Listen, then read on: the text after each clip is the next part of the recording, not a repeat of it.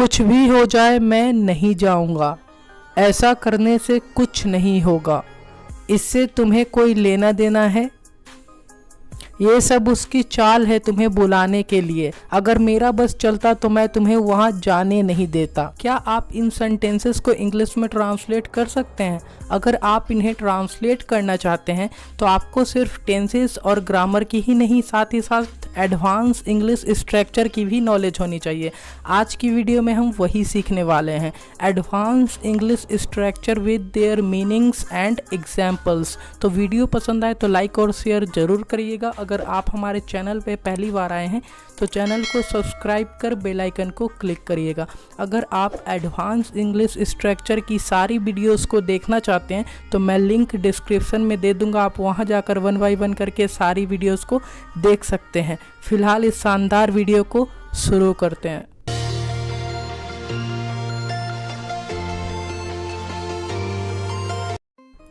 आज का हमारा पहला स्ट्रक्चर है गाइस, चाहे कुछ भी हो जाए। कई बार आप हिंदी में ऐसे बोलते हैं, चाहे कुछ भी हो जाए मैं तुम्हारा साथ दूंगा।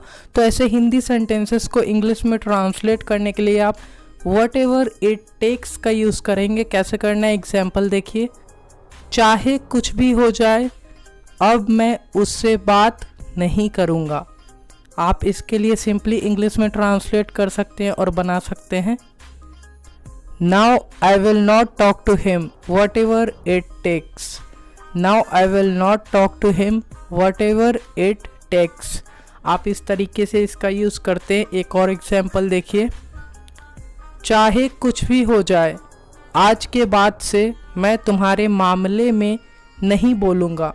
आप इसके लिए बना सकते हैं, I will not speak in your matter from today onwards. Whatever it takes. I will not speak in your matter from today onwards. Whatever it takes. आज का हमारा अगला स्ट्रक्चर है गाइस, ऐसा करने से। कई बार आप हिंदी में ऐसे बोलते हैं, ऐसा करने से कुछ नहीं होगा, या फिर ऐसा करने से तुम नहीं जीत जाओगे। तो ऐसे हिंदी सेंटेंसेस को इंग्लिश में ट्रांसलेट करने के लिए आप while doing so का यूज़ करते हैं। कैसे करना है एग्जाम्पल देखिए। मैं तुम्हें बता रहा हूँ ऐसा करने से वह बदनाम हो जाएगा। आप इसे सिंपली इंग्लिश में ट्रांसलेट कर सकते हैं और बना सकते हैं, I am telling you while doing so he will get disgraced. I am telling you while doing so he will get disgraced. आप इस तरीके से इसका यूज़ करते हैं। एक और एग्जाम्पल देखिए। मैं तुम्हें बता रहा हूँ ऐसा करने से कुछ नहीं होगा उसे। कई बार आप एडवाइस देते हुए इस तरीके से किसी को बोलते हैं हिंदी में, आप इसे इंग्लिश में बोल सकते हैं, I am telling you while doing so nothing will happen to him. I am telling you while doing so nothing will happen to him. आप इस तरीके से इसका यूज़ कर सकते हैं। आज का हमारा अगला स्ट्रक्चर है गाइस, ये सब उसकी चाल है।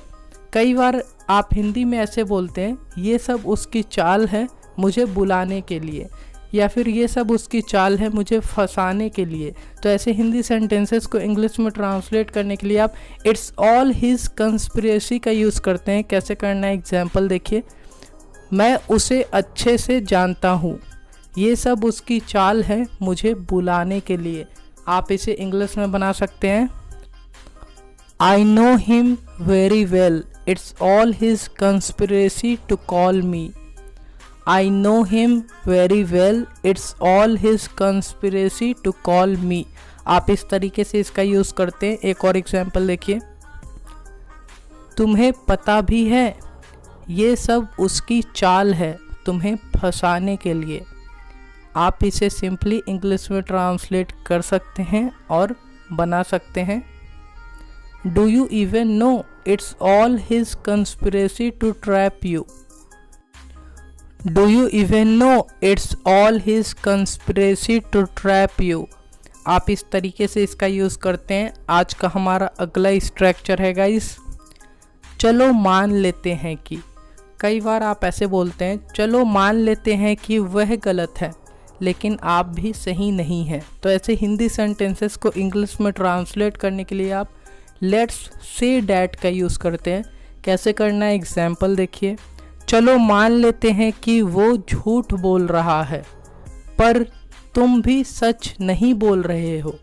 आप किसी को हिंदी में ऐसे बोल रहे हैं, आप इसे इंग्लिश में बोल सकते हैं। Let's say that he is telling a lie but you are also not speaking the truth. Let's say that he is telling a lie but you are also not speaking the truth. आप इस तरीके से इसका use करते हैं। एक और example देखिए। चलो मान लेते हैं कि वह गलत है, पर तुम भी सही नहीं हो। आप इसे सिंपली इंग्लिश में ट्रांसलेट कर सकते हैं और बना सकते हैं। Let's say that he is wrong but you are not right either. Let's say that he is wrong but you are not right either. आप इस तरीके से इसका यूज़ करते हैं। आज का हमारा अगला स्ट्रक्चर है गाइस, कोई लेना देना नहीं है। कई बार आप ऐसे बोलते हैं, मुझे उससे कोई लेना देना नहीं है। तो ऐसे हिंदी सेंटेंसेस को इंग्लिश में ट्रांसलेट करने के लिए आप नथिंग टू डू विथ का यूज़ करते हैं। कैसे करना है एग्जाम्पल देखिए। तुम खाओ या ना खाओ, मुझे तुमसे कोई लेना देना नहीं है। आप डे टू डे लाइफ में इस तरीके से बोलते होंगे, आप इसे इंग्लिश में बना सकते हैं। Weather you eat or not, I have nothing to do with you. Whether you eat or not, I have nothing to do with you. आप इस तरीके से इसे बनाते हैं। एक और एग्जाम्पल देखिए। यह मेरा फैसला है, इससे तुमको कोई लेना देना नहीं है। आप इसे सिंपली इंग्लिश में ट्रांसलेट कर सकते हैं और बोल सकते हैं, it's my decision, it has nothing to do with you. It's my decision, it has nothing to do with you. आप इस तरीके से इसे सिंपली इंग्लिश में ट्रांसलेट कर सकते हैं। आज का हमारा अगला स्ट्रक्चर है गाइस, अगर मेरा बस चलता तो। कई बार आप ऐसे हिंदी में बोलते हैं, अगर मेरा बस चलता तो मैं तुम्हें वहाँ जाने नहीं देता। तो ऐसे हिंदी सेंटेंसेस को इंग्लिश में ट्रांसलेट करने के लिए आप इफ़ आई हैड माई वे का यूज़ करते हैं। कैसे करना है एग्जाम्पल देखिए। अगर मेरा बस चलता तो मैं तुम्हें वहाँ जाने भी नहीं देता। आप इसे सिंपली इंग्लिश में ट्रांसलेट कर सकते हैं और बना सकते हैं, if I had my way I would not even let you go there. If I had my way, I would not even let you go there. आप इस तरीके से इसे सिंपली इंग्लिश में ट्रांसलेट कर सकते हैं। एक और एग्जाम्पल देखिए, बात ज़्यादा क्लियर होगी। अगर तुम्हारा बस चलता तो तुम मुझे यह बताते भी नहीं। इसके लिए आप सिंपली इंग्लिश में ट्रांसलेट करेंगे और बना सकते हैं, if you had your way, you would not even inform me this. If you had your way, you would not even inform me this. आप इस तरीके से इसे सिंपली इंग्लिश में ट्रांसलेट कर सकते हैं।